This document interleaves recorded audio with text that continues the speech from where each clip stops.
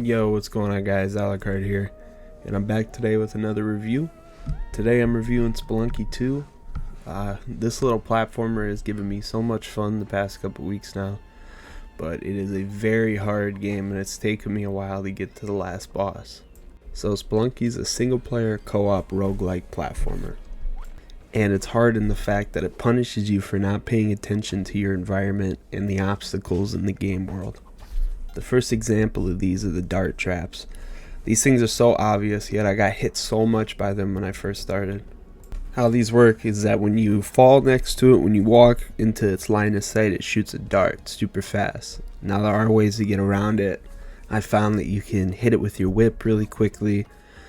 You can throw certain items in the game worlds like skulls, enemies themselves, even like the friendly companions like the dog, which is used to give you health, or like keys, just anything you could pick up, you could throw at it and set it off so you can get by.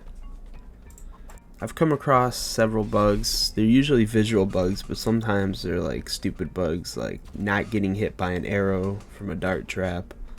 Just small stuff like that, nothing too game breaking. The gameplay in Spelunky is pretty simple. You go through stage by stage or biome, whatever you want to call it. There's usually about 4 levels in each one, and your goal is to get to the very bottom of the area, usually where the door is. It's usually on the bottom right or the bottom left, it depends.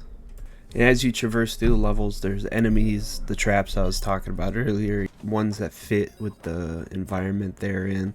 Like for example, in the jungle environment, which is usually on the second stage, there are stuff like spike traps, where like you walk over a block and they'll pop up at you and they'll damage you. While you're traversing through the levels, you'll come across allies in a sort. Things like the dog, which if you take to the exit gives you health. There's shopkeepers, there's various quests that you can do. Like one involves giving a guy looking for turkeys, which is a big gameplay element because if you get the turkey, you get a double jump, you get the float. It's just really helpful, and it gives you an extra life. So if you get hit, the turkey takes the damage and you get knocked off.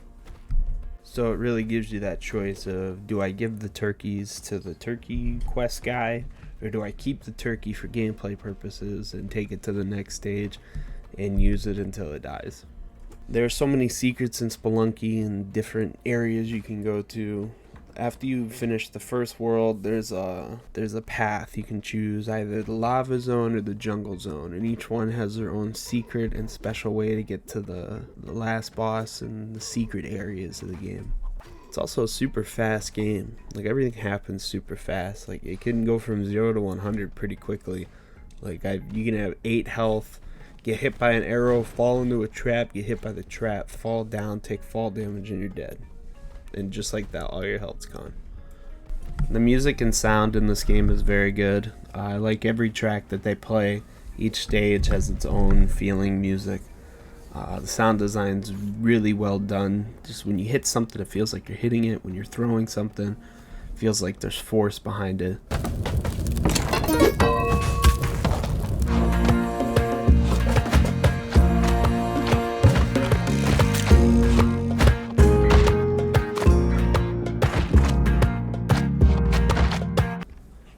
Really well done. The story is very minimal from what I've gathered. It's mainly a game centered around the gameplay loop and the roguelike elements of exploring randomized dungeons.